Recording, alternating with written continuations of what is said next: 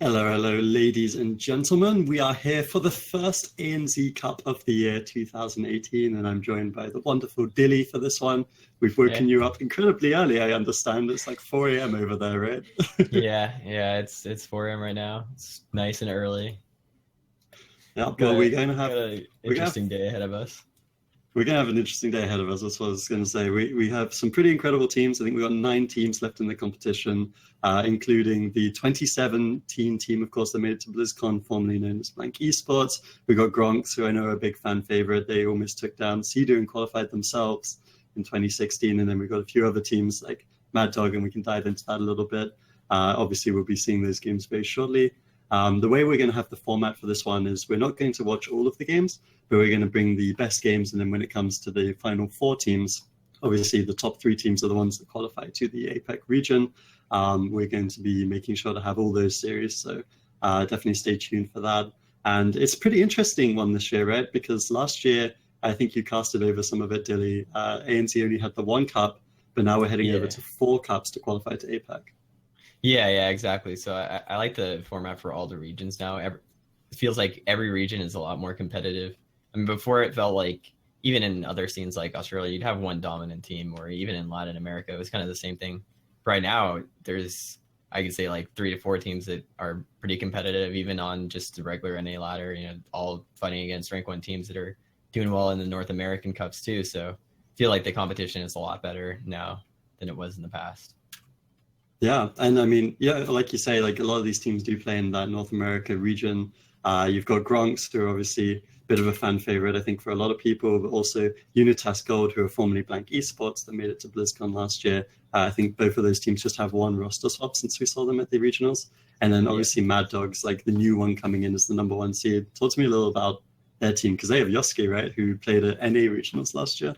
Yeah, they have Yaski, and this is a team that I always thought would do well in the Australian scene because Fresh and Oxygen, the Ret and the Priest, they play together on NA.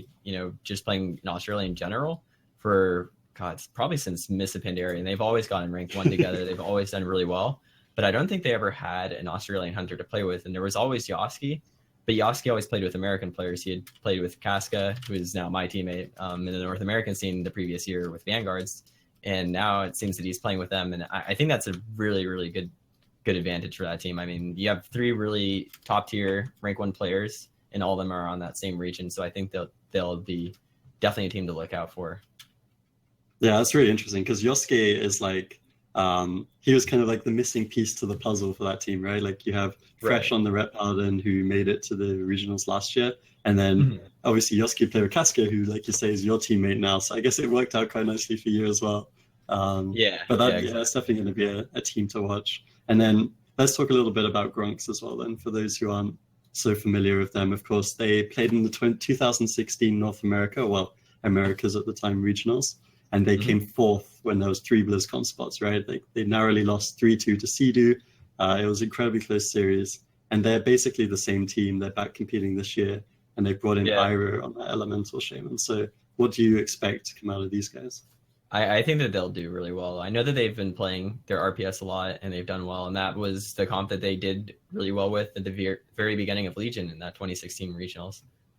They came in as underdogs in that tournament. A lot of people thought that they wouldn't perform well, and they came in and took out the highest North American seed at that time, which was WizK, Cubsy, Yeah, I remember that. Sam. The looks on their Yeah, faces. yeah, they slayed WizK, and that was definitely a really good look for Australia and the entire region in general. Yeah, and you can't talk about Australia without, of course, talking about the team that knocked everyone out in the last APAC regionals. They came in. Yep. They didn't win the the ANZ Cup, but then they went on to win the APAC regionals as Blank Esports, and now they're over to Unitas Gold, and they brought in a new player as well, right? So we were talking about this a little yesterday that they've still got that core Windwalker DK in Unix primes and streaming, but they brought in Right. Poon, who's the old school warlock. Yeah, I think having the Warlock over the other third or their other fourth was Rook, who was playing a Mistweaver. And I Mm-hmm. mean, I feel like it was just another healer, and you're still really limited to that Windwalker DK kind of setup. And I don't think it was adding too much to the table for their compositions. And with that Windwalker DK setup, I think them having a Warlock added onto their roster, it makes it so that, if their Paladin wants to play another healer, maybe he wants to play Wrestler Shaman. Now they have Windwalker Lock Shaman, and they have a little bit more diversity. They could play DK Warlock, and I think that overall was probably a better move for their team. It gives them more diversity versus a lot of other compositions, especially because I think you can't really only run Windwalker DK right now and just be successful. You need to have a little bit more with those classes on your team. Yeah, no, for sure. It's going to be interesting to see. It seems like we should be ready to hop into the first game. We'll have to see which 2 teams we do have up. Like I say, there's 9 teams. We're not going to spectate all of the games, but we're definitely going to try to bring the highlights to you. And as we do reach those kind of ladder series, you can see we are going to be starting with Gronks, which is one of the teams we're very excited. And they're going to be playing up against Rice Fury. Now, of course, Rice Fury come in as one of the lower seeds in the competition. I think they were seeded 7th out of 9, whereas Gronks obviously number 2 seed. But apparently they're playing potentially even like some LSP or something, or Shadow Play. So it should be interesting to see how they do against RPS. Yeah, exactly. Yeah, I actually, this team with Featherfeet, and I don't know if he always had played with this Shadow Priest and Shaman. I know he did get rank 1 the previous season as Destro Warlock. He might have had different partners, but now that, he's trying to do on the APAC scene, he's probably has a little bit of different teammates, but I think this comp can do well for them. The only thing I would normally say is normally Warriors are a really strong option into Shadow Play, and I think that it looks like Gronks was already really prepared to kind of see that matchup, and going into that blind pick, having a Warrior seems like it will do well against the Shadow Play. Yeah, and actually we're going to see from Gronks not necessarily the composition we expected, but they're going to be kicking off with the Warrior, which I think makes a lot of sense, right? When you're playing against the Shadow Play, Featherfeet isn't going to be quite so fast when he's got a Warrior tunneling him down. And then they're going to be playing for this kind of longer strategy with the Warrior and the Warlock. Yeah, and I mean, I think that just shows that Gronks is really prepared for a lot of the teams here, and I mean that just was a really smart pick in the blind pick from them. And I mean, already they're trying to get that opening pressure. They're using their silences, but they really don't get anything done with that Shadow Play opener. And I mean, usually whenever a Shadow Priest is using a silence, he wants to have that counter pressure coming out, at least from the Destro Warlock getting out some bolts or him having Void Form up, but they really just use that, and they're not getting any pressure at all. And that's really in part just because of having a Warrior in general is going to be very disruptive for that Shadow Priest and Destro Warlock composition. So, I mean, already we're just seeing such an early lead coming out from Gronks. Yeah, traditionally the Affliction Warlock, of course, has a little advantage over the Destruction Warlock in that he has a lot of interrupts for those Chaos Bolts and can also get out a lot of instantaneous damage. Combining that with Nookie on the Warrior, it's going to make it very difficult for this team. And of course, Volchok's just going to do his job, sit at the back with Vim and Vigor's talented, just spam out those heals, make sure the Shadow Priest isn't really getting any solo pressure. So definitely a good counter pick coming out of Gronks in game 1. Yeah, exactly. I mean, you could see the real strengths coming out from Fitz. He is getting out those, those UAs every once in a while, just playing that Affliction Warlock, but he's able to kind of sit by this pillar, still keep up some instant damage. And this way, Featherfeet never has a target to hit. Like, you can't get out these bolts onto Fitz. Volchok is behind the pillar at all times, so they're never able to get out pressure onto anyone. And the only person in the open is the Warrior, who has Spell Reflex, Pummels, and they have 2 CSs to go through. So it's just put them in such a rough position. I mean, they're getting strong pressure onto Fitz now that they finally connected onto him. But I think once he is able to recover a little bit at the end of the CC chain, it's going to be really hard for them to gain that pressure again once all of them are just dipping lower and lower, especially when you see that Ceramith has already used about half of his mana and Volchok's completely full mana. Yeah, I mean, they actually did force a fair few cooldowns there, though. That was the Trinket, of course, coming out of Fitz. They also forced Unending Resolve and Hellstone. So actually, all the major defensive cooldowns you have as an Affliction Warlock, which is pretty good. Father Gareth, of course, is actually running Scyfiend rather than Void Shift. So a little bit more offense on his team. He definitely recognizes it's hard to take down, but he's taking a fair bit of damage. Barely gets the dispersion off. Definitely a good one from him. Now the counterspell coming out onto his Restoration Chain, and you can really see the spread pressure coming out for Gronks. Yeah, Gronks is just completely rotting them down. Just having the Affliction instant dots, it's really hard for Ceramith to really recover here.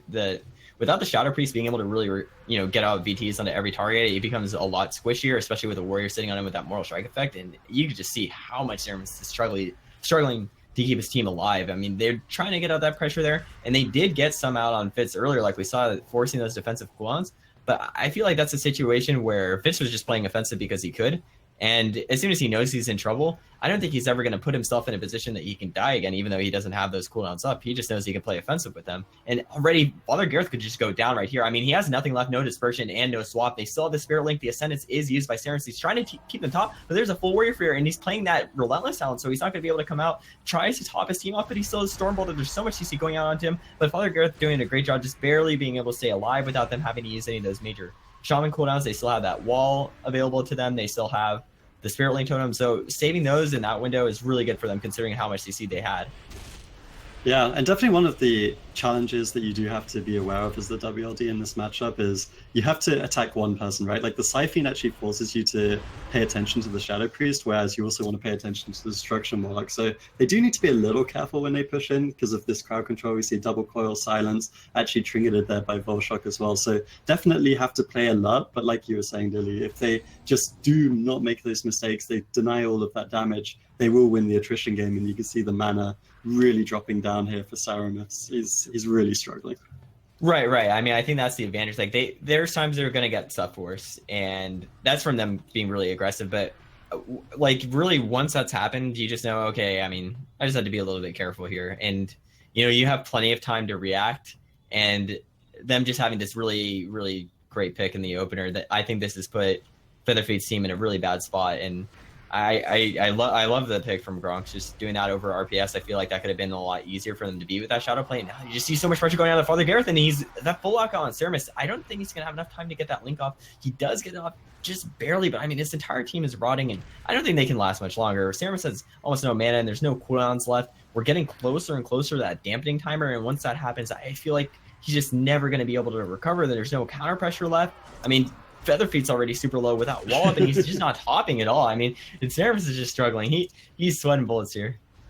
Yeah, I feel pretty bad for the Rice team here. Rice Fury definitely struggling a little against the power of the Gronks in this first game. But I mean, let's look at it. Like, let's look at the opportunities for them. They do have that Siphene active right now. Unfortunately, just gets killed immediately by Nuki, but Volshock doesn't have his trinkets, so maybe they can set up one more go with like these double coils and the silence, but Volshock just make it so challenging for them. Spam dispelling dots, of course. Fitz, like you were saying, has no reason to put himself in a dangerous position. He can just sit back, apply those dots, and basically run the game by attrition. And I mean, for what it's worth, you got to give credit to Rice Fury because they've been staying alive very, very well under unrelenting pressure. But like you say, the mana and the dampening now starting to stack is not looking great for them.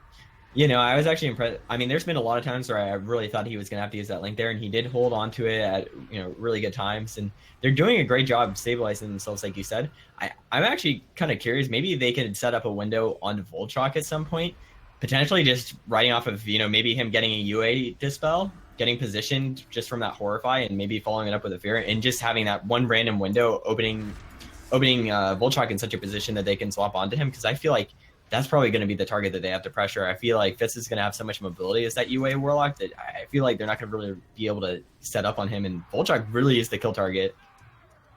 Yeah, it's really hard though, because obviously since he's playing that Vim and Vigor, he has no incentive to ever push in for a Cyclone. He's just going to max range as much as possible. And there we do see it. Father Gareth does eventually get grandfathered there by Fitz, coming in with that final bit of damage and the execute from Nuki. And I mean, not super surprising that Gronks take game one here. I think most people coming into the tournament, I was actually talking to Unix a little earlier, and he said they were one of the scariest teams, if not the scariest team for his team. So definitely happy to see them coming out strong in game one. Yeah. I mean, definitely that's where it's a matchup that it really just comes down to, it's not always about, you're going to have to make these amazing plays, which is sometimes people think that you have to make flashy plays to win games. And sometimes it's just all about the intelligent game. Sometimes just, outsmarting your opponent, having a strong pick. And Gronks always does well on both ends. They never make mechanical errors really from, whenever I've watched them play, and they just always pick the right things. And that was a great choice by them. It put the Shadow Play in such a position that it felt like they couldn't really do anything there. And I mean, one thing, even for that kill at the end, he noticed that as soon as he got the dispersion, he used that sharpened blade just to even prevent the dispersion just from healing the Shadow Priest a little bit with a little recovery they have. And it just made it so he stayed low through the entire disperse. And then with that extra CC on the rest of Shaman, they were just able to kill him right through that defensive cooldown. And that was a really great way to deal with that. Yeah, no, it's definitely kudos to Gronks. And I think that's something that you have to bear in mind as well. Like, if you look back like 5, 6 years, you wouldn't really see Australian teams. Like, they were part of this kind of Americas region for a long time, and you Mhm. wouldn't see them making it to BlizzCon very often, right? But in the last couple of years, we've really started to see the teams picking up. Gronks were the first one that really took everyone by storm in America by almost qualifying and knocking out those really big teams, right? Like WizK and Almost Sea-Doo, like some of the real fan favorites that year. And then, of course, last year you had Blank Esports, who I don't think they had like such a strong showing at the actual BlizzCon event because of some changes in the meta going into that tournament. But Yeah, they did definitely have some strong series. Like I think they lost 2-3 in one of them, and they put up a good representation for themselves. So it's really nice to see these players that, like you say, have multiple rank 1 titles and are really at the top of their game, like playing these matchups. I mean, almost flawlessly, right? Like that was a pretty clean display of how to win that. right. I mean, I think the thing with the APAC region in general, it's just been that there hasn't been full-on teams of people that can play together that are from that region. Like you've had players in the past that have done well. Yosk, super well known as one of the best hunters that's played the game, and he's from that APAC region. But you never had like a full-on team to support playing with him, where he's playing with people at the same level of him. Now him playing with Fresh and Oxygen, I think that's great for him. Or players like Chanimal, who they mostly play on North America still. He's won BlizzCon before, but he's again from the same region. And even Mez from New Zealand. You have so many players that are just from this entire region that have always been good, but it's never really gotten to a point where there's been enough people playing classes that synergize together to have a full-on team together, where instead it was just like, oh, I'm from this region, but I'm going to play with American players or Canadian players, anyone that just really fits with them in that situation. Right. Yeah, and I guess that's part of the thing, right? Like you've got the ANZ scene growing quite a lot. Like you've got your 4 cups this time, so basically mirroring that North American model where you have like your points, 180 points, 120 for first and second, and then the top 3 teams are the ones that qualify to that Asia Pacific regional at the end of it all. And it's pretty cool. Like we're heading to a live event for that as well, and then we've got BlizzCon, of course. One of those teams is guaranteed a spot now as well, so it definitely that's why you see people like Yoski heading over here, right? Because they're like suddenly, wow, this is a pretty interesting opportunity for us in our region. So it's really cool. Yeah, and you're able to grow it up. Like I feel like these teams are just going to keep getting better and better just as like through this progress, especially teams that really haven't had as much tournament exposure but have still done really well on ladder. Just Fresh and Oxygen with Mad Dog, that's one example I can think of. And I mean, even teams like Gronks, I think they're going to be able to just improve themselves, just playing up against more teams that are also improving. So I feel like overall it's just fantastic for the entire region. I mean, we see that in Europe and North America. All the best teams just keep improving off of each other. And if you look at the play now, which is standard, like the standard plays now for even like a 1700 team are the plays that maybe a rank 1 team would make in the past. So I feel like overall the player base has just gotten so much better, and it's due to these tournaments like this where you just have consistent performance in tournaments and players are always able to just play against the best players, and that just lets you learn from them. And I just think that the talent breeds talent.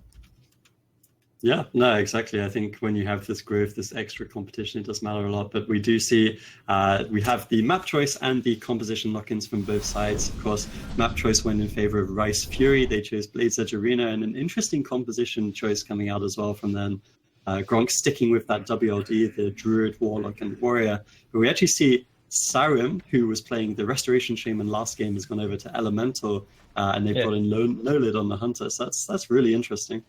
Yeah, I'm a melee Archam. I've played Marksman Elemental Shaman once this expansion, and I never felt like it was a bad comp. But I never thought of picking into this. Yeah, I mean, I actually think the Blade's Edge pick, they're going to try to be using those knocks a lot and just trying to have that cleave pressure. And I would expect kind of the Marksmanship Hunter to play more like a second Elemental Shaman here, where they're just going to try to rod things and, maybe go in for CC, but really what they want to do is just, if any of them come out into the open from the WLD, that they'll just be able to pressure them really hard, and that'll make it so both the Elemental Shaman and the Marksmanship Hunter are going to be able to peel for each other when one of the other is hit, and just have this really scary pressure force on them. That'll prevent the same situation from that last game from happening. Yeah, this doesn't look like a fun game for Nookie in particular. I mean, you've got the Elemental and the Hunter that are both very mobile. You've got those knockbacks, like you said, Dilly, to utilize the map. I mean, you do have that a slight advantage that you can now leap back up onto the bridge as a warrior this expansion, as we'll presumably see here coming out of Nuki, but it's still going to be a really rough one for him. And yeah, he's going to be tanking a lot of damage from that marksman hunter. You can see Nolid sitting in the middle of the map right now between the healer and the warrior, being ever so annoying. But even so, Bolshok, he's got this perfect positioning once again where he's 40 yards away, spamming out those heals with Vim and Vigor. So it's definitely not going to be an easy challenge for the Rice Fury. Yeah, the one thing I actually kind of find interesting about this pick is, if you think about it, it has kind of a similar theme to the Shadow Play composition, where it's like the play style is around pressuring anyone who's out in the open. And I mean, that seems to be what they're doing with the MMLE composition too. So even by swapping it up, they're still kind of maintaining a comfortable play style for them. And I actually like that. If you're going to pick another composition to play and you're going to swap something else, you just try to play something that's still similar to the compositions you normally play, as long as it has an answer to what you're trying to beat.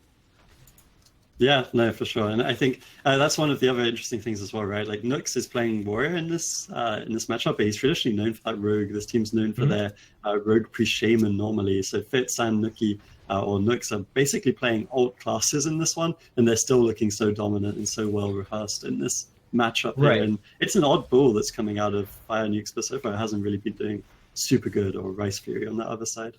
Yeah, exactly. I mean, I think that's what both teams are doing. Like we were saying, it's like they're playing compositions that maybe not their main classes, but still so similar to the play styles of their main compositions. With that warrior lock, I mean, it's really similar to the RPS, just having that constant pressure. And, when they have windows where they do get CC, it gets extremely scary for the other team, and they have a lot of peels to deal with. And I mean, both those comps have the same thing going for it. Just, going for that utility of the warrior against these kind of compositions over the rogue, I think is just a smarter pick in general, and especially with that mortal strike effect, really is very scary pressure for casters to deal with.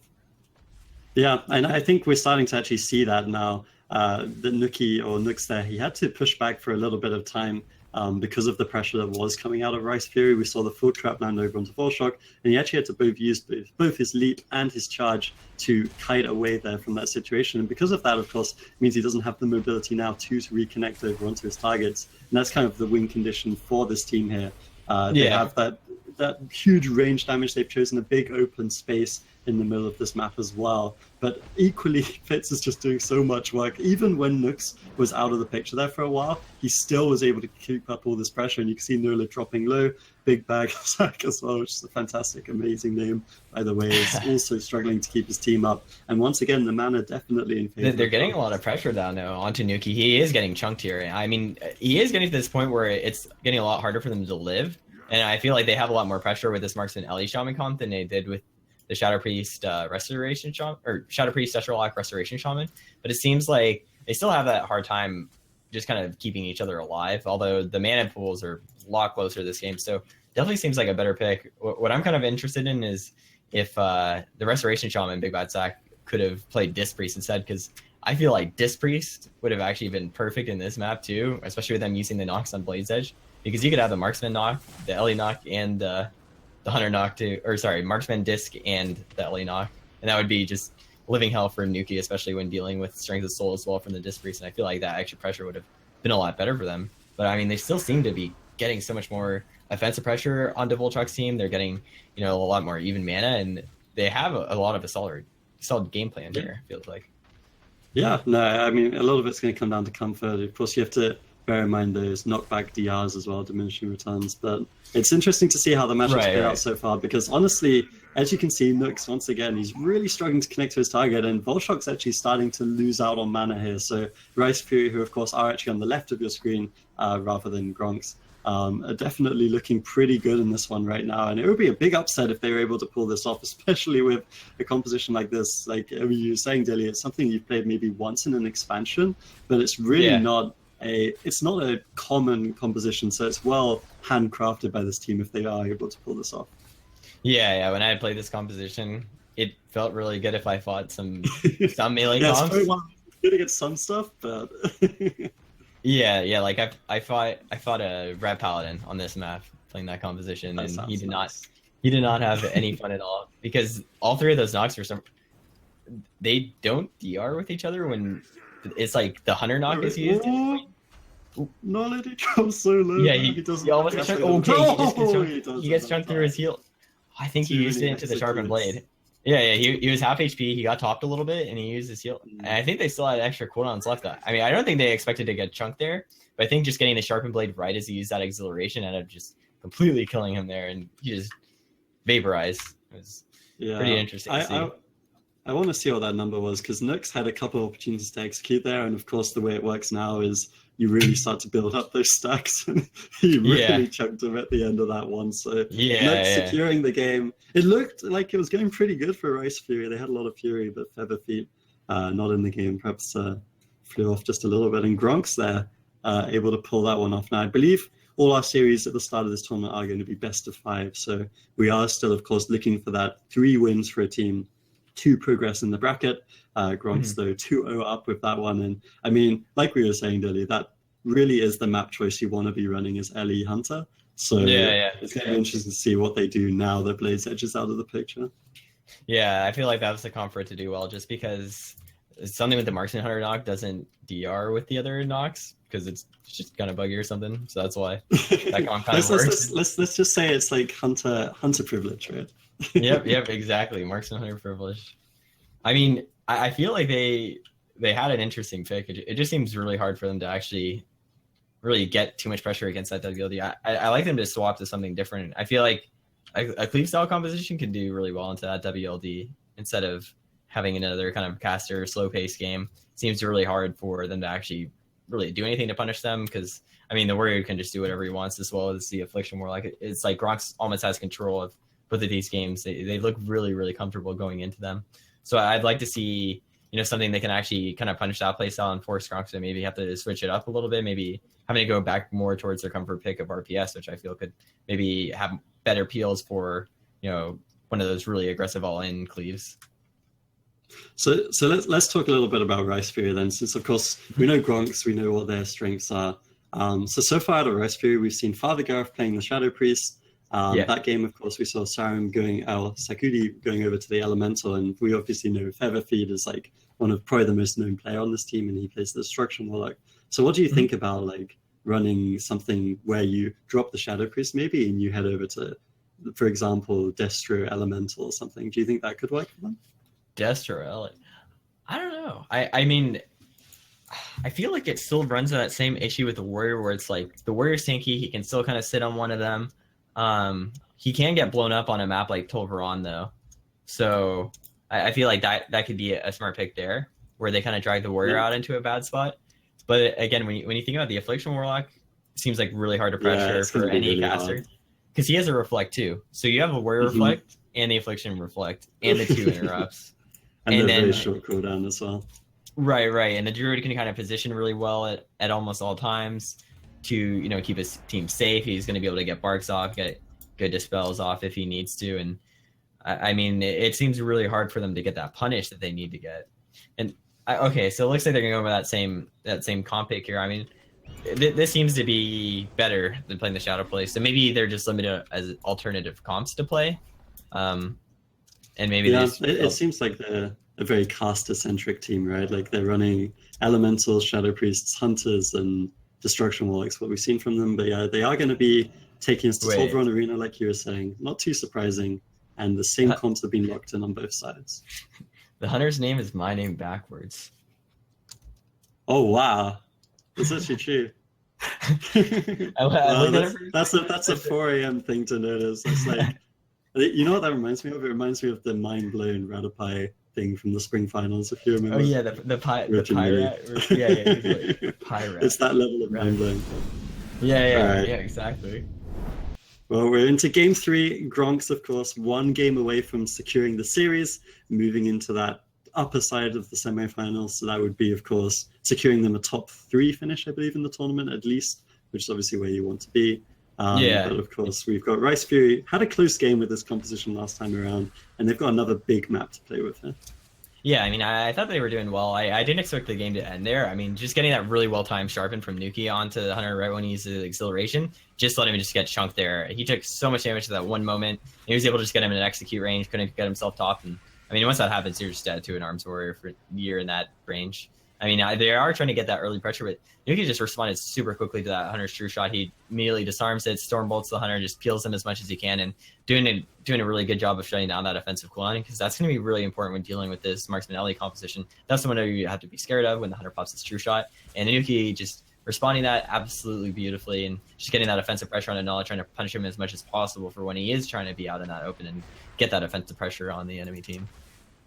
Yep, and we can see Nola or Dylan backwards, as we did point out. Is really struggling with Nux tunneling him down here. As we see Full Fair heading over onto the Restoration Shaman, lots of pressure coming out. Even Volshock is committing. He's spamming out those solar rafts. He realizes his team is so close to securing this one. Astral Shift forced out on the Elemental Shaman there. Siren struggling to keep his team alive. Volshock caught up in crowd control, but once again, just nothing doing for Rice. They're really struggling to get any pressure. The positioning from Gronks is just so good, and Nux is just pushing in for the kill now. You can see he's got his offensive. Oh yeah, and you got to see He's trying to get everything in. You see the counterspell and just so much pressure the entire game. I mean, if they just start recovering, they have this Earthen being used, and they've been dipping through the entire Earthen shield. So if they can actually maintain this momentum, he's going to be forced to use that Spare Link there. But I mean, this is just a really awful spot to be in. Saruman is using that Stormkeeper, trying to get some counter pressure out there, but really Nuki doesn't even have to worry too much. He still has his Fairy available to him, and Nala is going to be forced to use that deterrence there with that spell lock. Gets the UA dispel out of that when he's in that deterrence, and I mean, he's trying to do what he can to recover his teammates, but I mean, they're just taking so much damage. It's just so hard for them to get any counter pressure whatsoever. They're trying to drag him out into the open, but Nuki's just running down Nala right here, just getting as much damage onto him as possible. He's not really able to pressure as much. The only good thing is that, you know, they did use that they used that defensive CC with that disarm. So maybe there's no CCDRs for the Hunter during his true shot, but I mean, they have nothing left in. I mean, there's that CS pull onto Big Bad Sack on his Ascendance, and he's not going to be able to keep up. Nala and that. Yeah, that's going to be the series. I mean, he has his Ascendance up. But Fish is getting so many clutch interrupts onto Bidbag Sat. I mean, that's what's winning the game. He's just getting CS after CS, and he's doing a great job making sure to not get juked at all. And that is just always going to win games for you if you're an Affliction Warlock. That's one of the most important things that you can have in that kind of matchup. Yeah, poor Big Bad Sack. He was really struggling with this. But I mean, that's kind of what happens in these pressure compositions, right? Like, that's how you snowball them. When you have that offensive pressure, the other team can't afford to, you know, get crowd control over onto your healer. And that means because they're not really generating any of their own counter pressure, you can afford to use all your counter spells or spell locks, whatever you're playing, onto the enemy healer. And if you land all of those like Fitz does, then you're going to win the game quite quickly. And I mean, Gronks in the first game on Blade's Edge, they did struggle a little bit with that composition. Nux especially was really struggling with his uptime, but here it just felt like he had like the whole of Tolvaron was his playground, right? Like he completely that's actually exactly what I was thinking of. On Blade's Edge, he was just getting knocked around, and he came to this game just like he was just mad. He was just like so mad. He was like, don't make Nux He got out the big guns for that one. Yep, exactly. I mean, and like we said, once you're in that position as a comp like WLD, that you have so much pressure that your opponent can't recover. I mean, you've won the game even if they don't die for another minute or two. As soon as they stop being able to get counter pressure on you, and you're able to just run at them and just completely dominate them and keep getting these interrupts like off cooldown, that's when the game's just entirely lost. Yep. And I'm gonna, I think probably in the chat we have the brackets, but do make sure to follow them along as well. Since, like I said, we're not actually playing. And there's deleted links. That didn't work particularly well. But the brackets are available on Battlefy. We're not going to play every single series out on stream. In another game that was played just now, Unhandsome Men won 3-0 against 5'0". That's another team playing on the other side of the upper bracket right now. Gronks, of course, with that 3-0 victory over Rice Fury, will also be advancing to that semifinal of the upper bracket. And now we're going to be hopping into the next series, which will be Unitas Gold versus LFG Strats. Now, Unitas Gold, of course, we talked about them a little bit at the start of the broadcast. They're the former Blank Esports, right, that won that APAC regionals and played at BlizzCon last year. So they're the first team to actually represent ANZ, Australia, New Zealand at a BlizzCon in quite a while, if not ever, I believe. So they're definitely a big team to watch. And if they can win this series, they'll play against Gronks. So that'll be a huge game as well. So let's dive in a little bit to Unitas Gold. We talked about them a little bit already. They have that core, the Windwalker DK they had last year, but they've also brought in Poon on this Warlock, which is something we saw already working quite well for Gronks. Right. So I think the Warlock is a good option. it opens up compositions like Destro DK if you want to play that. That's a composition I have seen get played a lot on NA. Just a really good ladder comp in general. Seems to be getting into a lot of other things, and I think maybe it just happens to do well in matchups that Windwalker DK might not do as well, and I think that's a really good option for them. Yeah, it's going to be interesting to see because this first team they're playing against is actually one that looks like it could potentially be kind of challenging for them, right? Because from what I've heard, LFG strats really are playing some LFG strats. Their composition, looking at like their armories and talking to some of the teams, is they have a Resto Druid on the team, owned, of course. They have a Warrior, and then their last two players to round out the roster is two Mages. And apparently they've actually been practicing double Arcane Mage Restoration Druid, which sounds like hell if you're a melee cleave, right? It's like, who do you attack? It's going to be a very interesting game. Yeah. If you bring out that composition, like imagine the Windwalker DK into that. So it actually might be a difficult and quite interesting first series, potentially. Yeah, I'm thinking you play that and you annoy someone. I mean, how do you... It depends how well you play, rep paladin. Yeah, they don't have a rep paladin, unfortunately. So they have the Death Knight, which does provide a win condition against the Resto Druid, right? Because if you grip him in out of form a few times, you will probably win that game. But if you're playing melee cleave against double Arcane, you're going to take a lot of cleave damage, and you're not going to hit very much either. So it's definitely going to be interesting to watch. Well, the thing is too, I mean, Massive Viz usually can help, a defensive or an offensive window, right? But then they have two Massive Viz. So they could either one use every 30 seconds. Yeah, they can either use one every 30 seconds, or on like Big Go's, if he decides to play Frost, right? Every pillar go, they could just double mass and Viz so that they can't attack at all in that stun. And then that makes it really scary. Or if they're going for that and holding, trying to have more consistent pressure windows, then like you said, they could just have a mass and Viz every 30. And that's actually a huge peel for that team. And that on top of them just spamming damage. I mean, damage is a peel. It's weird to think about for people, but I mean, compositions that have a lot of pressure, they will peel you because you're forced defensive, and being forced defensive, well, that essentially peels you. And that was what Gronks' team was able to do with the WLD. They had so much offensive pressure that the other team is not able to go offensive onto them at all, just because there's no window for them to recover, and if they run in, they're just going to die. So what do you do in that situation? You're forced to play back, and that is what I think the double Arcane Mage can do to really catch teams off guard. Yeah, apparently also one of the Arcane Mages on that team. We don't know their composition lock-ins, right? Like, it's blind picks, so we're just guessing based on what the teams have right now. It could also be a much more legitimate composition, such as Warrior Mage or something they lock in. But apparently one of their mages is known as Icy, but in the Australian scene, he's known as Cheesy Nacho, which I imagine for you, since it's 4 a.m., makes you hungry, but for me, it makes me incredibly hungry, having not eaten yet today. I love some of these names. Yeah. You're making me a bit hungry. Looking at Unitas Gold then, let's say that they expect this double Arcane coming out of looking for group strats. They've got Poon XO, who's kind of like, I wasn't super familiar with him, but I got educated. I actually got schooled a little bit by Unix before hopping onto this cast. And he's kind of an old school player in the Australian scene, right? Like, he used to do a lot of videos for Skill Cap. He mains that Destruction Warlock, as a lot of the old Warlocks do. He could be a big player in this series if we are expecting double mage. Yeah, in Cataclysm, I remember he played a lot. Honestly, when I had first seen channels and I started playing again in MOF, I was thinking that those two were the same person. The same. Yeah, I was thinking they were the same person because totally I was like Australian Warlock, but I mean, Mm-hmm. VTalk to Channels, a little bit of a different personality than Channels has his. Channels is a unique person, I think. Yeah, exactly.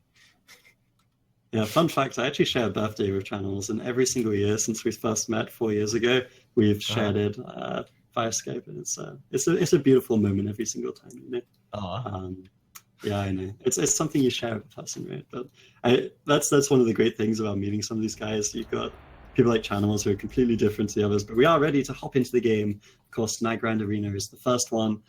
This is the series between the former Blank Esports, who are now going under the title. Apparently they actually met Unitas, the sponsor, because they sponsored the LATAM team at BlizzCon. So they actually met the sponsor at BlizzCon, which is pretty cool. So there's Unitas Gold going up against, we're hoping for Cheesy Nacho. Is he playing it? Oh no, so they do have Cheesy Nacho on that mage. They got Paperboy on the Druid, and they're not going to be playing the double mage. They can have that Warrior on War Banner, by the way. Oh, That's some great names. I like the pick from both of these teams.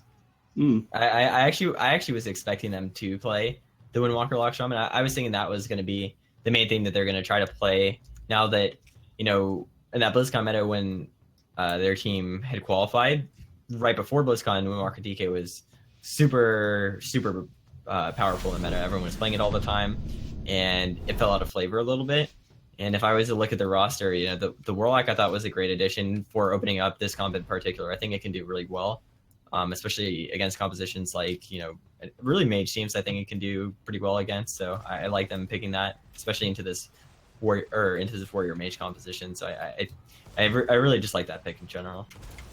Yeah, I think having the Destro Warlock in addition to the Windwalker DK is a pretty good choice. It's something that we also saw Grumble, the European team last year for BlizzCon had, right? They had Aratros, who was brought out for these kind of oddball matchups where the Windwalker DK won't work so well. And you can see power of it. Of course, I'm on the gear is Poon playing that Warlock, and he's just standing in the middle trying to get out as much damage as possible, but he is going to have a rough time. We see Cyclone coming out of the bash there from Paperboy. They're trying to get the follow-up polymorph, but a good interrupt coming out of Nate there on the Windwalker Monk, denying Cheesy Nacho of that cheesy crowd control coming out there. We see now counter pressure coming out, Trinket into the Blood Off Silence, forces the Ice Block, huge damage, and that really is the potential of that Windwalker burst.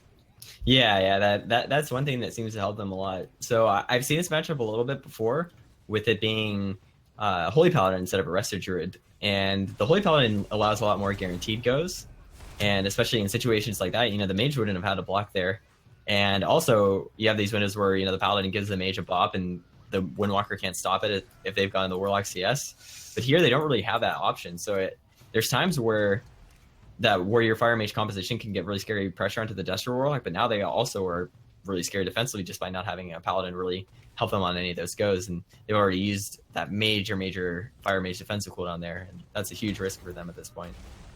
Yeah, and Unix is definitely back. He landed the Capacitor stun onto Paperboy and the 4-hex onto Warbanner, basically cross-controlling by himself as a Restoration Shaman. And like you were saying, Dilly, Cheesy Nacho, they only have one Ice Block playing that Fire Mage, and he's used both of his breaks now as well. So really all the cooldowns are used. You see a lot of damage. That's going to force the Cauterize as well. He can kite away, maybe using that. Looks like Paperboy should be able to top him off with the Artifact healing coming out now. But now they really do have nothing. Cheesy Nacho doesn't have the Temporal Shield for a few more seconds. Ironbark's also going to be coming up. So that's he reflected the coil. That was a great play. Block.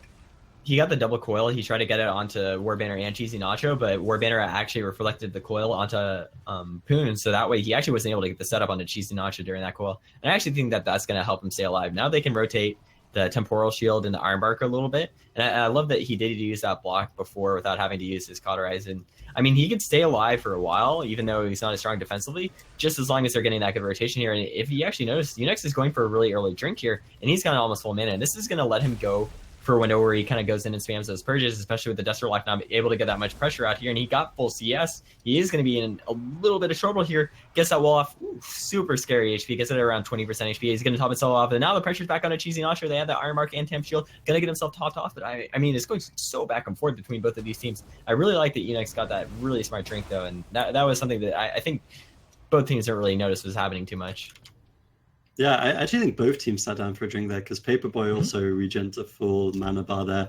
We can see him pushing in now, trying to get a Cyclone. And that's really the thing. Even though Cheesy Nacho doesn't have any defensive cooldowns, they need to be the ones getting aggressive, getting that crowd control over onto Unix. We see double coils coming out now, casting Circle, trying to land those Chaos Balls, Trinket from Paperboy to keep his mage Cheesy Nacho alive, keep him out of that death range. But now they really do have nothing. We see the full stun connecting. Any incap or crowd control will potentially be the game, but they're able to get that stun now. Good polymorph behind the pillar. Nate Trinkets out, trying to get that kill onto Cheesy Nacho. Doesn't have any follow-up crowd control at this moment in time, though. We see the purges coming out of Unix. Purges off that temporal shield, but still no real follow-up, and it looks like the damage is done for this setup. I like how the Warrior's been playing this game, though. He's actually put the game into a spot where he can't really double coil the Warrior and the Mage. Now, that usually would prevent, the Warlock from getting stopped in that go, but Warbanner has actually been reflecting a lot of these coils in these setups, so he's gotten to the point that he's only coiling Cheesy Nacho and Paperboy, so he's just trying to get the coil and the Mage and the Druid, and that still leaves the Warrior alone. But I mean, it makes it so that they're offensive windows where the Lock's actually trying to get those chaos bolts out. It's just not going to happen as much. Yeah, and I mean that's what we were talking about, right? We were saying maybe if you play it's like these mind games. If you play the double arcane, they have to play Poon on the Warlock, and knowing that they've actually brought out the Warrior here, and he's been a real nuisance for Poon on that Warlock. You can see he's even fearing the cast with unstable affliction, but it might not be enough. Cheesy Nacho caught up into the double stuns, and he does end up falling there. Paperboy in good crowd control, and it was just a matter of time, really. Like Unix, you can see he was using a lot of his mana on purging, dropping down, Right. but if you don't get the pressure onto Poon, if you don't get that, there's real setups, and you didn't see Cheesy Nacho or the Restoration Druid pushing in for those crowd controls very much on Unix, and eventually those setups from that Windwalker Destro are going to get you. Yeah, that's what I was thinking. That was kind of the downside it seemed they had when they were playing with the Resto Druid instead of the Holy Paladin. Because with the Holy Paladin, the mage can kind of just go in there more and just go for setup after setup, and they can kind of just keep shoving out defensive cooldowns, and that'll let them get enough pressure.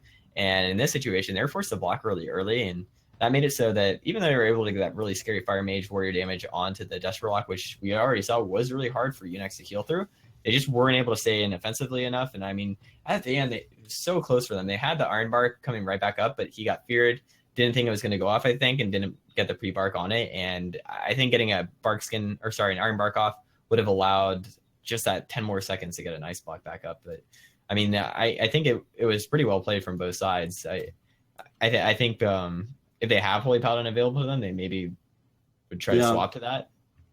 Yeah, I think that could be a big thing, right? Like, because when you see these Fire Mage Warrior compositions normally, they try and run over a team. They have to be really aggressive. The Holy Paladin helps that a lot because you've got all that instantaneous crowd control with, Hammer of Justice, potentially the Blinding Light, and just the fact that you have those offensive tools such as Blessing of Protection. But if you play this Restoration Druid and you're playing against a Windwalker as good as Primes, eventually he's going to get that crowd control set up, right, where he gets the in-cap, potentially into leg sweep stun, and your mage is going to run out of breaks as well. So you can't really afford to play that as a defensive strategy. I'd really like to see them play a little bit more aggressive. Like Unix was playing Relentless as well. There's definitely opportunity. You push in with the Mighty Bash, get a few Cyclones and Polymorphs going.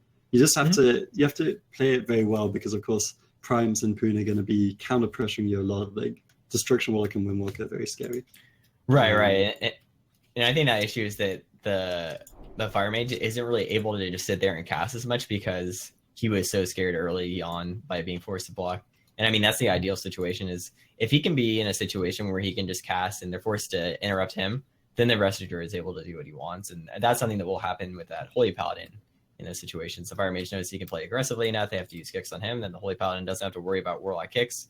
But in that situation, because the Fire Mage isn't able to just push in there and just kind of sit there and cast for just a little bit, maybe just putting sheeps that just get that extra threat out there, it's not happening. And it just makes it so that they really can stop them a lot easier, and they're not really able to get on those full CC chains. And a little bit rough for both sides. Plus, I mean, having DB and clone at the same time, clone DR to DB, so it makes it so the rest of Druid's clones aren't really as useful. Yeah, I don't know.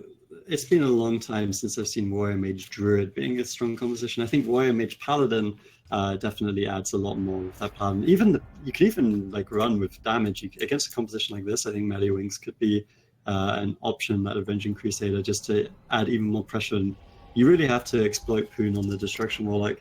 But they are going to be running the same composition. Maybe it's what Paperboy is most comfortable with. And I still think even on a map like Tolvaron Arena, there is the opportunity to really push in on Unix, get that crowd control, and try really pressure down that Destruction Warlock. Yeah, I mean, I think Fire Mage Warrior, I think it's still a strong pick into actually hitting a Destro Warlock. He took a lot of damage. There were so many close calls for him. There was a time where he got around 10% HP. And I mean, even letting yourself get in that range, that is such a huge risk just because you could get executed and you're going to die instantly the second that happens. But just being able to be just greedy enough with that wall and able to get himself topped off, that barely secured that he didn't die there. But I mean, it doesn't mean that it's not impossible for them to get that kill. And I mean, they're going for that Tolvaron map pick. So maybe I feel like they're a lot more comfortable with a bigger map and think that maybe they're just going to be able to win with damage. I'm not too sure on how they are going to go about this one here. Yeah, it's going to be interesting to see. Maybe they're hoping that they can just kind of play that max range game and really dampen. I mean, we didn't see them survive till dampening in the last one. And I mean, let's give some credit as well to Warbanner, by the way, because he did, not only did he Warbanner, by the way, he spell reflected quite a bit, by the way. So he is definitely someone to watch in that last game. If he can keep making those plays to keep his team alive, that's going to be one of the big win conditions for his team. Yeah, I mean, he's definitely been putting a lot of pressure out, and I liked that his play was just super solid. Really giving a lot of respect to the Destro lock there.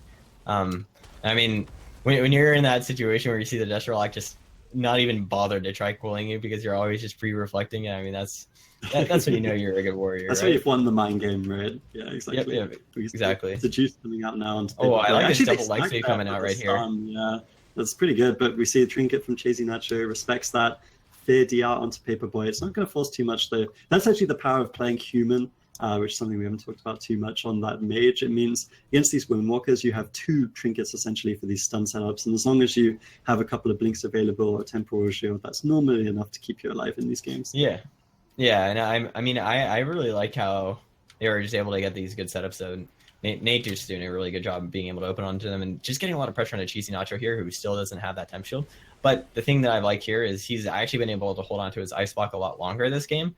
And I mean, that's really huge for him. As long as he can hold on to that ice block and not get it forced early, it lets him play a lot more offensively. Because the second you get that up, I feel like they actually lose all of their pressure almost. And now they get a full fear, followed with that full sheep here. I'm like, you're immediately having to use that wall there, so he needs to use that high HP, trying to keep himself alive. They're not going to be able to, go through that and get that extra pressure, especially because they had Earthen Shield totem down for that go. But I mean, just being able to get that long CC chain, making sure that Cheesy Nacho has been staying safe, I think that's great for them. But he gets pressed out so hard, you might have to use that block. They're being really greedy here, though. Get the Iron Bark out of that CC chain and being able to hold onto that block. That's huge for their team. They really needed to hold onto that block because as long as it exists, it basically means that the other team is going to be really scared of them. He can play really offensively, even though they can still force it from him playing really aggro. But just having it there just always means he knows that he can stay aggro when he wants to. Yeah, and I mean, they didn't even have to use the cauterize there, so that was really big for them. And you can see how they're utilizing the map as well. It's harder for Unix to push in just because of the raw size of the map, and that means that Cheesy Nacho and Paperboy on the Restoration Druid can really pull the Windwalker Monk far away from the team and crowd control him, so he's not getting so much uptime. It makes it much harder for Primes playing that Windwalker Monk to get it. But once he does connect, he still has that scary potential, and this is what we were talking about, right? Like, if you don't have the counter pressure onto this Destruction Warlock, eventually that setup is going to kill you. We see another Trinket forced out now, good Capacitor stun, Fear coming out of that from Poon, Cheesy Nacho dropping lower, good Seduce onto the Warrior as well, really good crowd control, and they force the Cauterize in. Once again, more cooldowns being forced here, and even though Cheesy Nacho still has that ice block, they really haven't forced much on Poon, and it's just looking worse and worse for this team. Yeah, it is.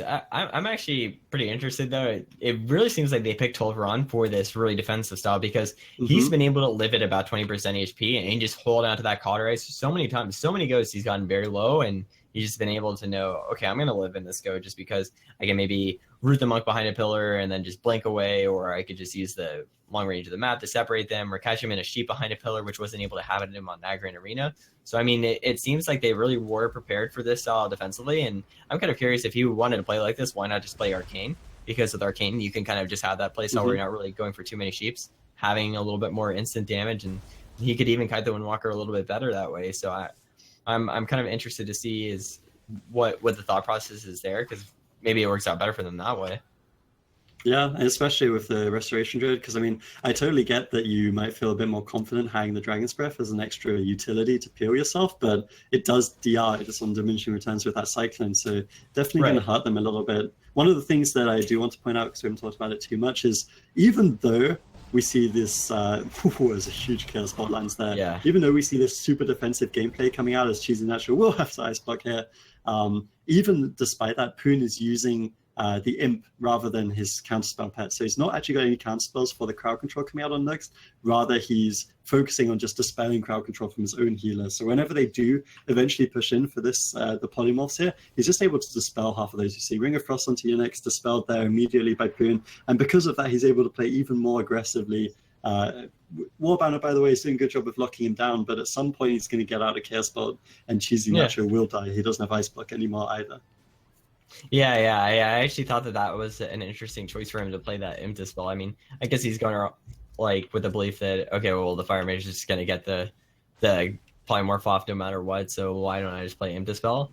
And I mean, I think that's more of a reason just to show that you might be better off just going and just playing Arcane, because they can have that similar game plan. I feel like an Arcane Mage isn't going to get hurt as much by having to worry about an Imp Dispel. They can really just focus on doing a lot of damage, and that forces a lot to maybe have to go for a CS pet instead. And having that CS pet and having some of those kicks being baited onto the Arcane Mage, that means that the Resto Druid gets to feel like he free casts more.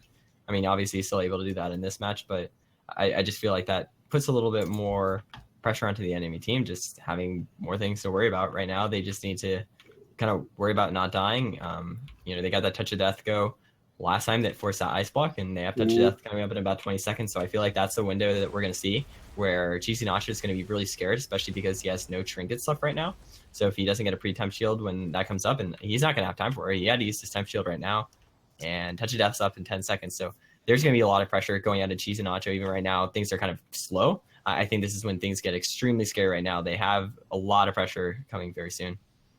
Yeah, we can see Prime's now trying to get aggressive. He's popping those cooldowns, getting really aggressive here onto Cheesy Nacho behind the pillar. But Cheesy Nacho traded out another trinket there. He used his human ratio to avoid those stuns, blink away, kite, and play incredibly well there. Really frustrating for Primes, but he's still doing such a great job. He swaps it over to Warbanner, by the way, that warrior, dropping him down, forcing his PvP trinket as well. And now there's no trinkets left on the mage. He does have his racial coming up again in a couple of seconds. Looks like Iron Bark force now as well on Paperboy. So it's now that Iron Bark's down, they really have the opportunity to burst someone down here. We're looking to see how Primes can get aggressive. Caught up in the polymorphs right now, so he's off DR for that. We see now the stun coming out. They're going for Warbanner. He doesn't have his trinket. Oh, yep, there's the touch of that. No, they're going to get the kill. Doesn't look like it. He actually got the reflect off in the gap. He got the reflect off, and I was actually able to save him. There was like one bolt that was going to hit him, and I mean, he's done a really great job getting these reflects off the entire time. He just knew that Orc Racial was going to leave that tiny little bit of a gap between that Leg Save into Fizz of Fury, and that actually ended up saving his life, because I mean, we just saw him get to about 20% HP. But I really do like how they're trying to force these windows to be really scary. I mean, right before that really scary go happened, we saw Nate work really hard in trying to use his Storm Earth and Fire to try to force out the Iron Bark before they go, and then have that Touch of Death available still so that he can get that extra pressure and just force a kill window for him. I love watching Primes on the Windwalker Monk. Like, every single time he touches someone, I'm thinking that guy could potentially die. I mean, credit to LFG strats, they are playing it defensively well. They're utilizing that big map to survive as much as possible. But now we see the Chaos Bots have come out. Here comes the double coil. They're trying to get a setup again onto Warbanner, but it's not too much damage. That warrior with the defensive stance is going to be able to survive that one.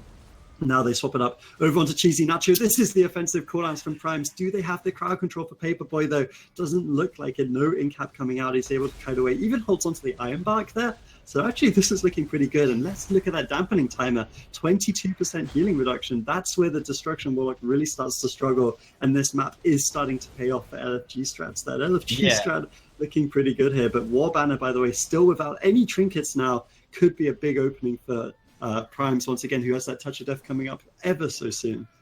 Yeah, I mean, that's what I was just thinking of. We have dampening super high here, so I think this Touch of Death go is really important. The only thing is Cheesy Nacho now has his Ice Block back up. They have Iron Bark, full trinkets. I mean, I feel like LFG strats, they're super prepared for this go right now. They have every single defensive cooldown, and they are going to go for that leg sweep setup onto Warbanner. And I think that's actually really good, because setting up onto him actually gives the most window for Poon to actually get that setup onto him. Whereas when they were going the mage, he really can't get that follow-up damage. It's really all the Windwalker Monk. And especially with this map, he was getting kited so much that I think they realized that, okay, well, maybe instead of going to mage, we have to just start putting more pressure on the warrior. But I mean, that just means that they still have that Arcane or that Fire Mage being able to play a little bit more offensively, trying to get that extra pressure. Obviously, though, we know they're playing that Imp Dispel, so it means that they can't really cover that CC, and they can't really get that punish when they do go on the warrior instead of him.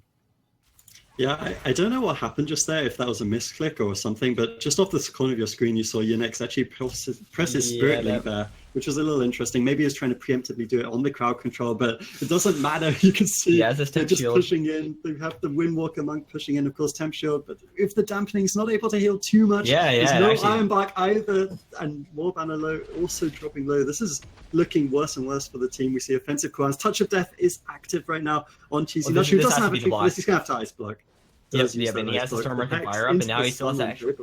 Yeah, they have that Lex Sweep onto Paperboy. I mean, they're getting a swap onto him too. They have that extra damage here. They've knocked him out of Vim range. They have so much pressure onto Cheesy Nacho. I mean, God, the dampening percentage being super high here. He had a 100% health Temp Shield, and it didn't even top him at all. Now they got another coil onto War Banner, forcing him to use that Trinket. Now it's gotten to the point where he's not able to just pre-spell reflect these. He's having to use them on random bolts, and there's so much offensive pressure going out onto them. Looks like, Unix's team is really taking control of this matchup. They're trying to get as much pressure as possible. Cheesy Nacho does get another pre-temp shield, but it just doesn't top him off, and he could go down to this. There's the Cutter Race during the Fist of Fury, just trying to stay alive. Paperboy doing everything. His Ironbark just fades onto him. He has that, oh my god, he has the combustion up. He's trying to get that pressure onto Poon now. They try to get him really low. They have the wall being forced, and because he got fear in that Spirit Link, I mean, he's not going to have it out of that CC chain. If they could follow it up with another clone, they could end the game. They have the DRDB, and they have a kick onto I'm on the gear.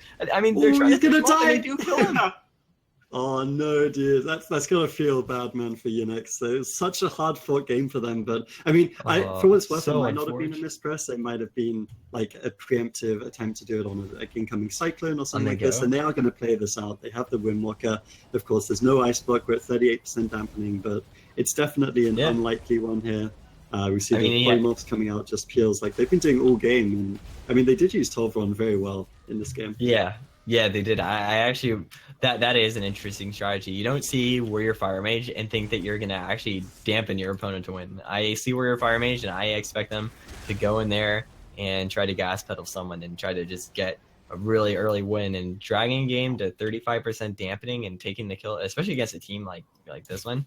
I mean, that's a huge win for this team, right? Like, LFG strats come in as number 6 seed. You wouldn't expect them to achieve too much in this tournament, but they're going up against Blank Esports, right? Like, these guys won the Asia Pacific Regionals last time around. Of course, they're rebranded as Unitas Gold, but they're still the same team. And I mean, credit where credit's due.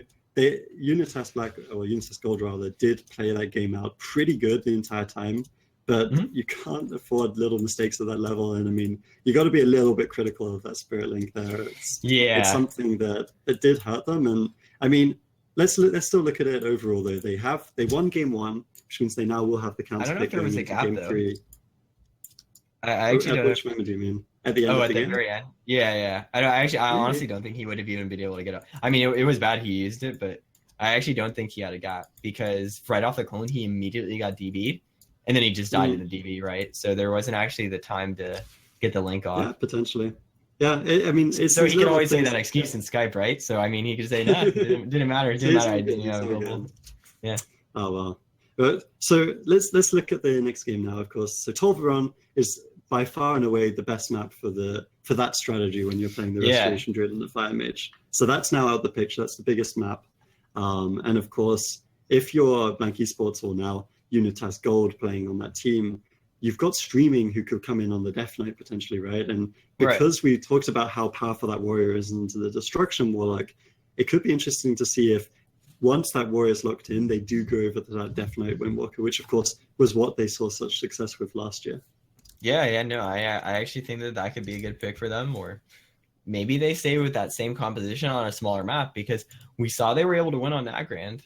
So maybe if they have Ruins or Dalaran Sewers, maybe Dalaran Sewers gives them enough line of sight, but it also lets them kind of play really offensive. But I kind of think maybe not Dalaran Sewers just because the Warlock might get lined too much. So I'm not sure. But we actually do have the confirmation that the map is going to be Dalaran. So I mean, with that in mind, no surprises there, right? Yeah. I mean, it was either Dalaran or Ruins, right? So I feel like that they will be able to have that extra offensive pressure onto onto the mage this time and kind of be able to punish him a little bit more because that was the real struggle. That's why they were having to go for those warrior setups because until overrun, they were just always able to kite primes no matter what happened, and that really made it so they really couldn't get any of these offensive windows on him. Yeah, and I mean, like myself, of course, like I've played a lot of Restoration Druid into Windwalker Death Knight, and when I'm thinking of playing a composition like Warrior Mage, I could definitely see the potential of bringing in streaming on that Death Knight, because like these warrior goes are quite potent, right? Like you've got the in-cap coming out of the Windwalker Monk, and then you try and set up that single target damage. But if you throw in the Death Knight to combine with that, if you have streaming and primes, who of course have that synergy, they played so well together last year, you can also throw in the grip on the Druid. And then suddenly it's so difficult, right? You've got the Druid gripped in, you get the double stuns, you burst down the Warrior and the Druid, and it becomes really hard to recover. So on this small map, especially with the purges coming out of your necks, I wouldn't be surprised to see them swap up to that strategy, because they don't have to worry about a counter pick of double Arcane Mage, because they do have that advantage. But actually, looking at it, they're going to stick with the same composition. So they are just hoping that that map choice is going to be big enough for them to win with the Fire Mage. Which I think is also very credible, since they won on Negran, which was an even bigger map already, right? Right.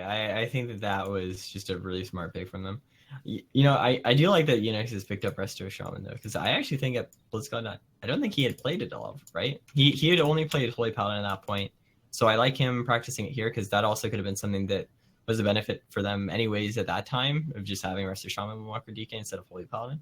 So, it's interesting to see when someone, you go to your lane and you realize, like, okay, I don't think I want to just stick with this one composition. You want to try to open up a little bit more, maybe just changing one class around. And I really like how he's been performing on a Shaman.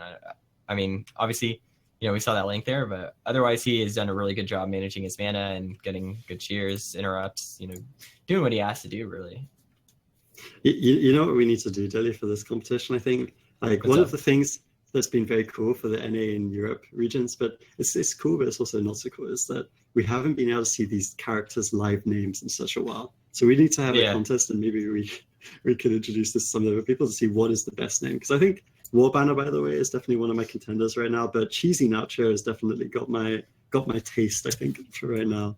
This is the thing. I feel like there's so many, much better. These guys are so much Australian slang. Like, I'm pretty sure. Yeah, I don't know half of these things. That's the problem. I feel like I know what I'm on the gear means, but I feel like I shouldn't. I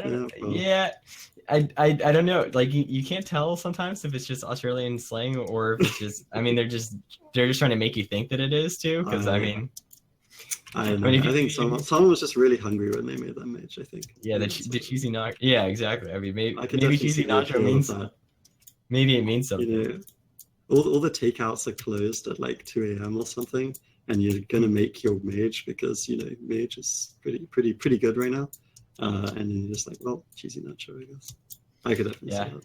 But you know what? All the places for food are open here right now. And, you're not doing me a favor. Yeah. Well, I'm not gonna have you leave me for a pizza or something, right? But yeah, it looks like you don't know. I'm not, please no. I'll put on a cutout of my face.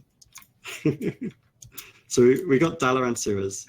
We got composition that the composition is going to be the same from both of these guys. We're just giving the teams a little bit of delay time, especially for Unitas Gold, who, I mean, coming out of the last game, they probably weren't expecting to lose, right? Like, this is they're one of the strongest teams in the competition. They won last year, and they probably were expecting to take this series 3-0 in similar fashion to what we saw from Gronks just now, and they maybe got thrown off a little bit. So they're using their time just a little bit here to re-energize, boost the morale in their team. But what do you think they have to do different in this game, Dill, to utilize Dalaran Siras and take the W? I think the biggest thing is that even though the Destrolac is shut down, Primes is the one that needs to be able to have control of the game, right? So having that smaller map for him, I think he's going to be able to use the boxes just to avoid getting cheaped and cloned as much, which was happening to him on Tolvaron a lot. He was getting cheaped and cloned behind the pillar. He was getting too far, wasn't really able to line them in time. He can't really weave in and out and avoid them, really use that line sight for him. He just dragged out on this big map. But on Dalaran Sewers, there's not really much places for the mage to run. He can't really kite as much. And I think that will give him the advantage as a Windwalker Monk, just to be able to get that pressure onto them that they need to. As long as he can force a block early and they can maintain that pressure, that's how they're going to win the game. And I would actually like to see him maybe, instead of playing the Bolt spec, just going for the Incinerate spec, trying to get whatever lets him get out easy damage instead of trying to get out bolts, just because I feel like it's not going to be possible for him to do that really against this composition. Maybe even opt to play, just keep those rate of fires down, just trying to get whatever instant damage he can get, any cleave damage. I think that's all that really matters from the Destruction Warlock, instead of just trying to get those bulls and trying to get really big setups. I think it's just not going to work out for him too much, especially because they're also picking Dalaran for themselves, which means he's going to naturally get line of sighted more too from the mage. Yeah, it's going to be interesting to see. And I mean, honestly, we talked about like streaming coming in potentially, but Poon's also been doing such a great job on that Destruction Warlock. Like, I mean, he recognized that he was struggling a little bit with the reflex from the warrior. Like, but for what it's worth, it's also really good if you can land those coils onto the druid and the mage, because you don't have too much crowd control as Woundwalker Destro for that Restoration Druid. So if you can land that and then, wait for the pummel to be out the way and the Stormbolt from the warrior, you can still get that burst damage, and it can be ever so devastating, as we did see it, especially in game 1.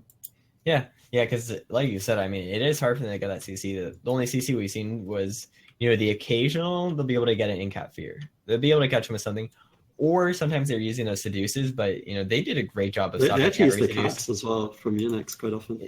Yeah, and they were doing a great job of stopping the seduces, even if they were covered really well. That's something I actually really like to see. Most of the time, seduce, especially when you're playing on ladder, that's something that catches teams off guard. You don't communicate properly, you don't stop the seduce, and that ends up costing someone a game. You get a full seduce, whatever, they kill you in the chain. But they really responded well to it almost every time, and I don't think a single one of them sat. Even if the seduces were pretty well covered, someone would just rotate a trinket. There wouldn't be an overlap of trinkets, and I actually like seeing that from teams where they're really well coordinated defensively. Yeah, no, I think it's been a bit of both, right? Like, we've seen LFG strats, like, they definitely had to play a really good defensive game. We are ready to load up into it. I mean, there was a bit of a pause there, but Dalaran series is now open.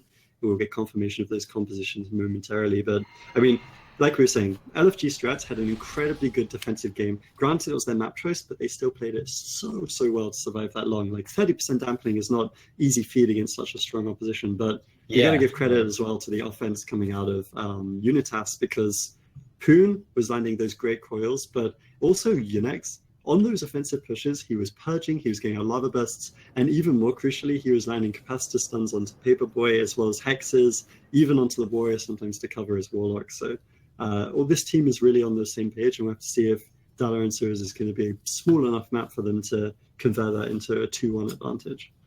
Yeah. I just like that he was pretty much always prepared for any of these offensive setups. And I also like his mana management. For not playing Shaman for that long, I guess. Well, I don't know. Blizzagon's been 4 months, so maybe he's had time, but still, he's been doing a great job of knowing exactly when to push in for purges, when to play defensive, and when to go for those strengths, because he is definitely dealt really well with his mana that entire game. And really, that last game, they were just losing by the time it just became dampening was too high for him to even heal through it. So, I mean, that's really impressive from him.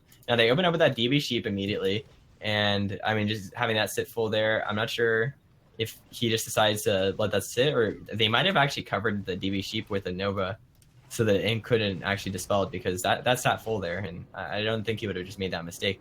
And we do have that wall just being used immediately from Poon, just trying to get that offensive pressure onto Cheese Nacho really early. But I mean, we could see that just with the Storm of the Fire, he's able to already just force the temporal shield from Cheesy Nacho, and that's really what he wants. Now this gives a window where Primes can just finally, after he's off CCDR, he can go in for that Touch of Death go and try to get a lot of damage. But, oh, man, Poon is in a really scary situation. You got in a 3v1 setup. They did get a pre-Earthern on it, so that was a really good job from Unix. But, I mean, still, if he is caught in a situation where it's a really clean 3v1 and they're not able to get the Imp Dispel just from being covered from a Nova or something like that, that's when things will get really scary for Poon, I think.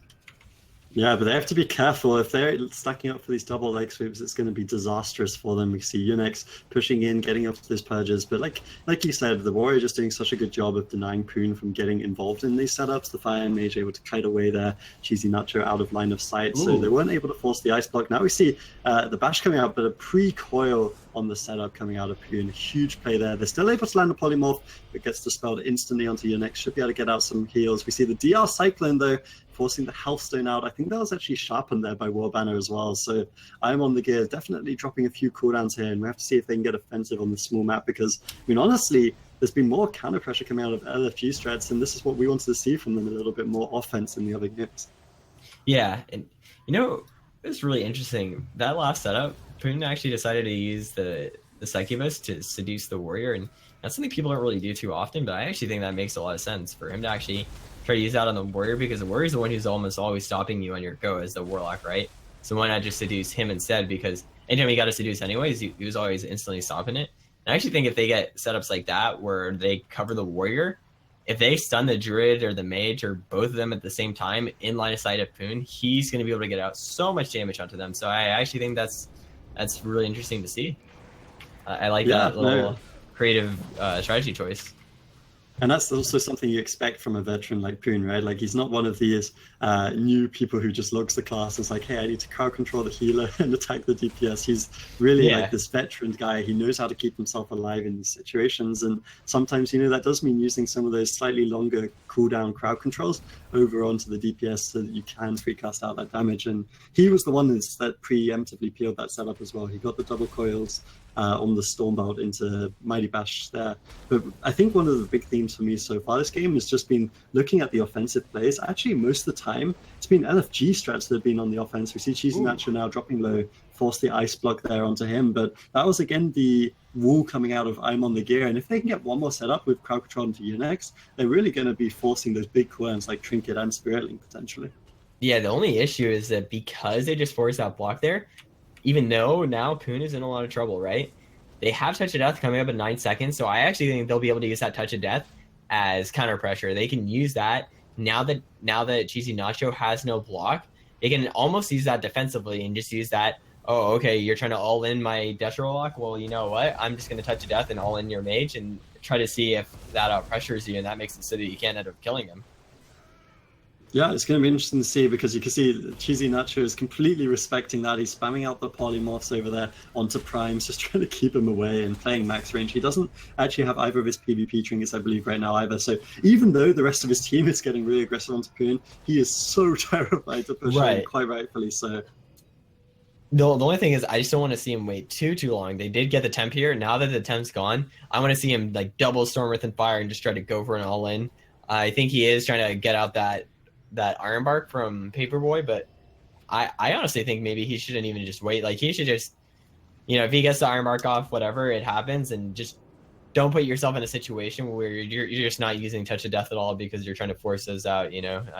I think sometimes that happens where people end up mind gaming themselves because of that, and everyone does that between the best players and inexperienced players. That happens a lot. But I like he is going for that Storm Earth and Fire, getting that pressure there, forces the Ironbark. So maybe this is the window he wanted. No Ironbark, has Touch of Death up, no trinkets from the mage. Maybe going to be able to kill him in that window. Yeah, I think that was actually a really well played situation there by Unitas. They actually paused for a little bit to allow Unix to drink, because of course he's been purging a lot in this game, so he's now back up to about 60% mana.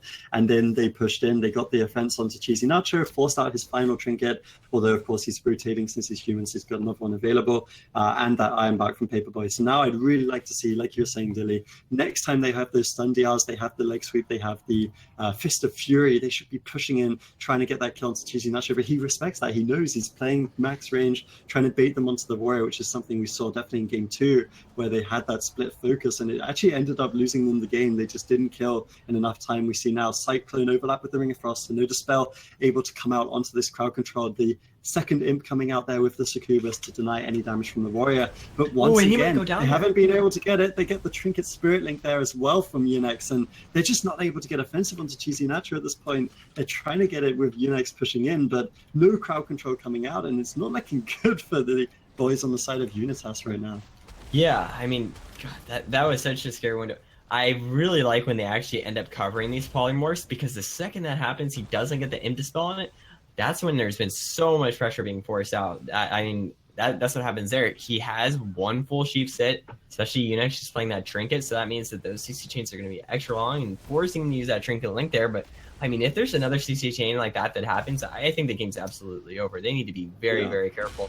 And I mean, Cheesy Nacho, he has his block coming up really soon, and Primus doesn't use his Touch of Death at all. I think he held onto it a little bit too long, didn't want to use it, tried to wait for that perfect window. And I think that was the thing I was kind of bringing up earlier. If you wait too long, you end up just losing an opportunity where he's essentially almost gotten to the point that he's gone 2 Touch of Death without using it, just because he's waiting for that perfect opportunity, where at that point you might as well just keep using it off cooldown. I mean, for what it's worth as well, like you see right now, he's trying to use it. It's really this is hard the to goal. get the connection. They're trying to get You it gotta here. go They're not actually using the trinket from Paperboy, so he does have the iron back. So he should be able to keep him alive. We see the cauterize coming out there as Cheesy Nacho kites away. But I actually think this is something we said at the start of the series, that this smaller map has actually been playing in the favor of LFG strats because they've been kind of forced to play a little bit more aggressive. Cheesy Nacho has been pushing by independent, but it's so easy for him to go from that full defensive position, blink in once, and then be pushing damage on Poon. And it's something that's been working really well for them in this game. And now they've got the ice block back. They've survived the touch of death. Unix has no trinket, no spirit link. I'd love to see them pushing in again, trying to get this final setup for the kill.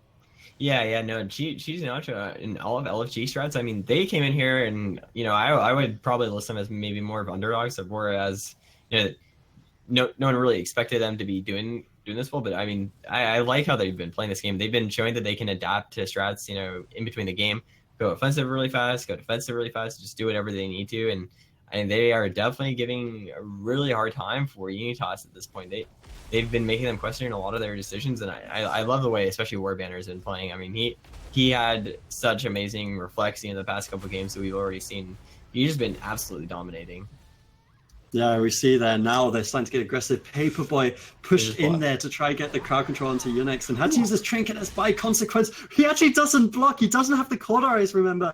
He's down to 20% health. He's trying to kite away now, getting the polymorph, starting to stabilize his druid. That was a brave play coming out of Cheesy Nacho, slipping away there. A little bit of that grease still on him, looks like. But Warbanner now dropping low on the other side of the map. Poon soloing him with the purges coming out. We see Lava Burst as well, forcing out a lot of cooldowns, but Paperboy is going to use his artifact. Should be on top of the warrior now.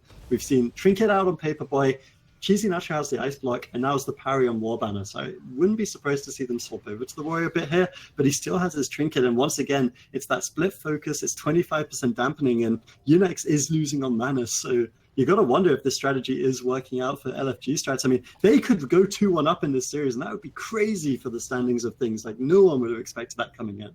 Yeah, I'm actually shocked that he held on to that block there. He didn't have cauterize. Yeah, he actually held on it at 1% HP. He actually had touch of death on him. His healer was in CC.